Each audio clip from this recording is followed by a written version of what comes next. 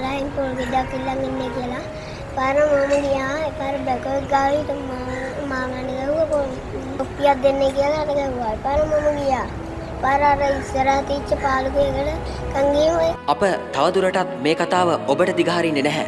මේ කුඩා පිරිමි ළමයා අපයෝජනයට ලක්ුණේ බොහෝ දෙනෙකු දිව්‍ය ලෝකයට තනපු මගක් වූ එමෙන්ම පොලිසියට දිව්‍යමය සම්පත් ගෙන දෙන්නා වූ දක්ෂිණ ලංකා අධිවේගයේ ෆෝමන් කෙනෙකුගෙන්. දරුවන් ලිංගික අපයෝජනයට ලක් කිරීම එමෙන් මෙයට අනුබල දීම බරපතල අපරාධයක්. මේ දරුවගේ පියා විතාරණ ගමගේ රංජිත් සවන් දෙන්න ඔහුගේ කතාවට. මම අහිංසක කංකරුවෙන් මාගේ මේ දරුවෝ 5 දෙනෙක් ඉන්නවා දැනට.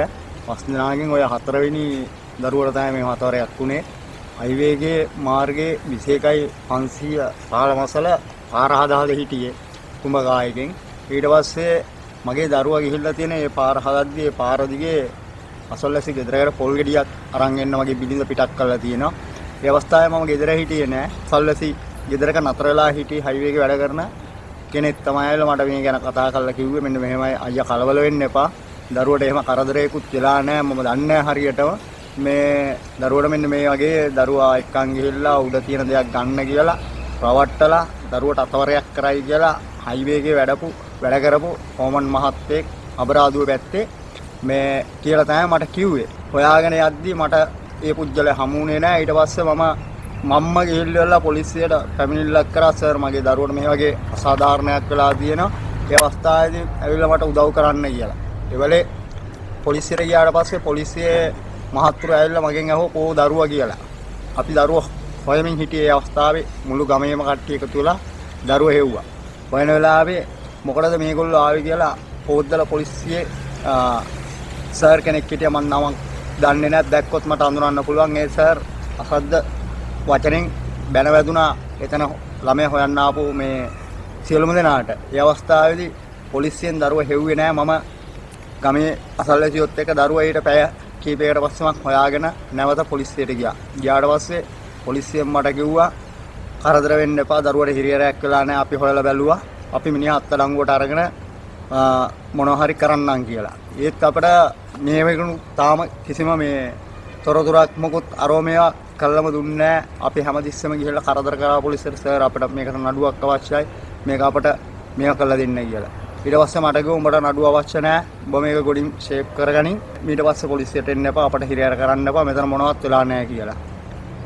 අන්න එහෙම තමයි මට පොලිසිය කියපු එකම උත්තරේ. ඊට පස්සේ මං ආයෙසරයක් ගිහිල්ලා කරදර කරනකොට ඒ පොලිසිය මහත්තයෙක්ව මම දවස් 5කින් නුවර ගිහිල්ලා එන්නේ. ඒ ආවට පස්සේ වරෙන් කියලා. ඊට පස්සේ මං ඒ සර් ඇස් දෙකින්වත් දැක්කේ නැහැ. පොද්දල පොලිසිය කියන්නේ වදකයන් පිරිසක් සිටින වදකාගාරයක්. රංජන් පොද්දල පොලිසියට ගියේ යම් ආකාරයක නීතිමය සහනයක් ලබා ගැනීමට.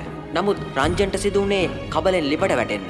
ඒ ෆෝමන් අධිවේගයේ බලපුලුවන්කාරයෙක් නම් ඕනම අපරාධයක් අපයෝජනයක් කරලා පොලිසියෙන් බේරිලා ඉන්න පුළුවන්. එබැවින්ම ඔහුව බේරගන්න පොද්දල පොලිසිය ඉදිරිපත් වන්නේ ඕනෑම ජරා වැඩක් කරලා.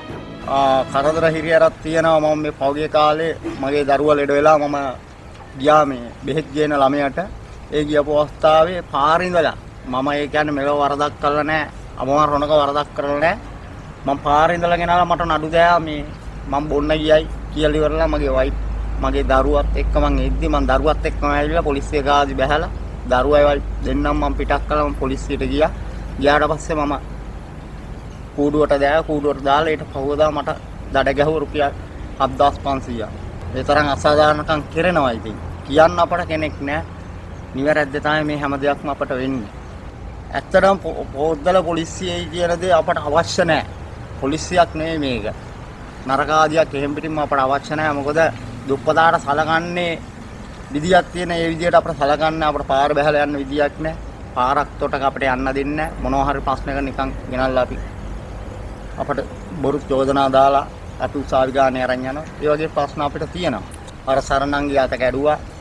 අර මේ අපේ අර තරංග ඊනංගිට ගහලා දැන් ඇස් පේන්නෙත් නැහැ. ඒ වගේ අපි ඉන්න පරිසරයට සෑහෙන හිරියර තරජන පීඩන තියෙනවා. ඉතින් අපි මේවා කාට කියන්නද කියන එක අපිවත් දන්නේ නැහැ. දැන් දරුවට පාසල් යන්න බෑ. ළමයි විහිළු කරනවා. පොද්දල පොලිසිය සිදු කරන නීති විරෝධී ක්‍රියා අනුමත කරන සමහර මිනිස්සු මේ ලදරුවට විහිළු කරනවා. තමන්ගේ පුතා අපයෝජනයට ලක් කළ දක්ෂිණ ලංකාදිවේගයේ ෆෝමන්ට විරුද්ධව නීතිමය පියවර ගන්නයි පොද්දල පොලිසියට කරන බලපෑම් නොයිවසූ මේ පොලිස් මුර්ගයන් දැන් රංජන්ට බොරු නඩු දාලා එමෙන්ම වදහිංසා කරනවා. දැන් රංජන් නසරණයි. දැන් ඔහුට කාගේ පිටක්ද? එමෙන්ම බොරු නඩු වලට අභියෝග කරන්න හයියක් ඔහුට නැහැ. ඔබත් රංජන් කෙනෙක් විය හැකියි. මෙයද ඔබේ දරුවාටද විය හැකියි. දැන් කාලයයි. නැගී සිටින්න.